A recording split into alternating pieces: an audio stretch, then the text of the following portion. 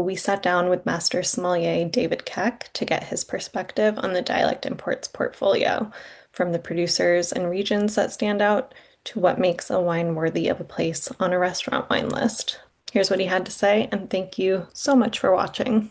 To start off, I was hoping you could tell me a little bit about your journey and kind of how you landed here as a Master Sommelier. Sure. Well, I am back in Vermont, actually, where I grew up, now growing grapes and making wine, in a twist that I never really anticipated happening. But most recently, just before the pandemic, I was in Houston running restaurants and in hospitality there, partner in a hospitality group. Before that, I was an opera singer and spent time in New York and sort of traveling throughout the country and the world to some extent singing, and went to Houston to to pursue my master's degree in operatic performance at the Shepherd School of Music at Rice. And while I was there, I was working in a wine bar. And when the economy sort of took a dive in 2008, and I was weighing my options of either move to Europe and sing there or do something else, I'd sort of been bitten by the wine bug and started really kind of getting excited about that and set my first level course with the Court of Master Sommeliers and got excited and sort of went further down the rabbit hole. And yeah, then I guess 4 years later passed my Master Sommelier diploma. And at that point had kind of bounced from running a wine program in a wine bar to overseeing a few different restaurants beverage program, opening my own wine bar, and then opening a Wow. honky tonk cheese and wine shop and sort of Southern European styled restaurant. And yeah, and then in 2020, my then partner, now wife, and I decided that we wanted to move back to the Northeast to be closer to family and also to get out of Houston. And so we moved up here, and that was right at the beginning of the pandemic. So we ended up, I mean, Lauren worked remote, or and still does actually, but my skill set is a little bit more specific to being in restaurants. And when restaurants Yeah. stopped being a thing, a vineyard up here became available for lease, and so we decided to do that and start making wine. So that was, yeah, almost 6 years ago. Wow. Has that been like a Yeah. huge learning Well, curve from going from restaurants and just kind of the education side to like actually getting your hands in the dirt and yeah, I on mean, the bottles? it, the process of studying for the MS diploma, you are learning all about growing grapes and making wine, but that's obviously extremely different from actually doing the thing. And probably the most challenging part is also that it's like you're going from being the critic and tasting wines and sort of trying to analyze what's great, what's not great about them, and then to making wines, which is a super humbling process where you're actually, growing the grapes, dealing with all the stuff that happens in a vineyard, and which is terrifying. And then, processing the grapes and making something that you are asking people to drink, and simultaneously kind of seeing all the challenges along the way, and sort of trying not to look too critically at the finished product, knowing that we're Yeah. growing hybrid grapes in the woods of Vermont, not, Right. we're not working in Grand Cru or Premier Cru vineyards in Burgundy that have been farmed for 2,000 years. This is all pretty sort of pioneering stuff up here. As an MS working with restaurants, what are you typically looking for when you're evaluating a wine portfolio? Being a sommelier is being a storyteller. You're kind of needing something to grasp onto when you're discussing wine with guests. The flavor obviously is first and foremost. I mean, I'm not going to put something in someone's glass that I wouldn't want to drink myself. Um, that said, what I want to drink is not always what other people want to drink. So I think a big part of it is just understanding flavor profiles and understanding, being able to translate what guests are looking for and trying to have a solid diversity of options so that you're able to kind of speak to the most people. But then once you move past that, which is kind of the most basic framework, is having something for everyone to drink or at least attempt, um, is having a reason for putting that wine in someone's glass. Because there are literally hundreds of thousands of wines in the world now. And many of them are very good at the end of the day, right? Like Yeah. there's the options are plentiful, and so Mhm. as a result, I think we have not just a the opportunity, but actually the obligation to support people who make wine as opposed to companies. And there are wine factories out there and lots of them making totally serviceable wine. This Mhm. isn't about the quality of the beverage, but there's also a lot of great people that are making wine. And so we may as well support people and farmers and those who are dedicated to the art as well as the science of the thing. And so, with the number of options that we have right now, there's no reason not to support the good people. Right. And so, And when I'm looking for wines to put on a wine list, I'm looking for wines that I can approach a table and I have something to say about the wine, some yeah, connection to draw, whether it's, hey, this is made by these people, or it's from this really cool place that you should know about, or I'm looking for entry points that give people a personal connection to the wine or at least a point of interest, as opposed to just this is Pinot Noir from somebody who makes wine somewhere, which tells them nothing. And, if they still like it, great, but that's not a story. And so I'm not interested. right. What kind of captured your interest in dialect and what was your first impressions to the portfolio that they offer? Yeah, well, I think the dialect portfolio's got a lot of points of entry for a lot of folks right now.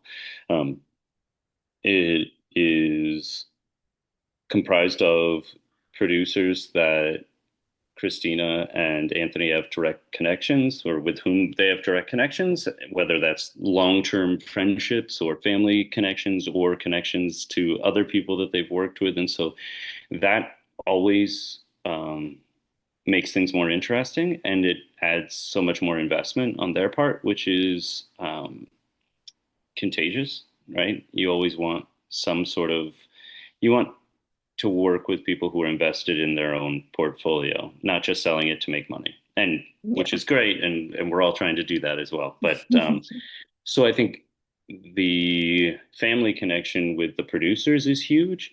I think there's also that focus on sustainability, organic production whenever possible. All of those things are great. I think Italy is just a wonderful country, and I love spending time there. And so for me, that's just a place of love. I love Italian wine in general, and so anything to work more with Italian wines, I'm like, yeah, 100%. I'm in on that. And then the focus on female producers, which is also unique and special, and I think has created or lent itself to a portfolio that's really special in a lot of different ways. What would you say makes a wine compelling enough to earn a place on a restaurant wine list? I mean, I think that we kind of touched on it before with the idea of sense of place, which ties Yeah. to obviously the name of the portfolio itself, right? The sort of the idea of dialect being specific, and anyone who's studied Italy or Italian wine or knows anything about Italian history knows that it's really sort of 21 countries, if you will, rather than one, and Right. so. Um, it's a huge part of understanding Italian wine, I think, is understanding its regionality and its regional specificity. Um, and that's something that I think is important to me. I mean, I grow grapes in Vermont, which is like the place nobody's ever heard of as far as grape production is concerned. What are you And growing so there? so we're growing all hybrid varieties that can survive winter here. So we're growing Marquette, Petit Pearl, Crimson Pearl, Prairie Star, Frontenac Blanc, Louise Swenson, all the stuff kind of developed in the Midwest for Okay. cultivation in places that get to -20, -30 in the winter. So, yeah, so for us, it's a constant when we're trying to sell our wine. It's a constant story about what we're growing, why we're growing it here, and what it tastes like. Mhm. But I think the Italian wine world is full of similar challenges. A lot of the grapes are unpronounceable. A lot of them Right. are indigenous and in many cases autochthonous. And so there's that idea that like this is grown here and pretty much only here. And if you haven't been to Umbria, then you may not have ever had Sagrantino, right? Or you may not have be familiar with multiple channel, just because you haven't spent time in those places. And so um, for me, it's part of what is exciting about the dialect portfolio, but also just in general, the things that I look for when I'm putting a wine on a wine list. I'm looking for things that may be new and interesting and exciting to me. And that gives me the excitement and ability to then sort of convey that to guests, right? To hopefully spark in them some interest to learn more and to drink something they might not drink otherwise. Some guests are coming in and they just want to drink the things that they're already with which they're already familiar, Right. right? And that's totally fine. And I'm not here to tell them not to just have another Pinot Bordeaux, Grigio. That's Napa. fine. Have Yeah. another Chardonnay from Napa. That's fine. You can totally do that.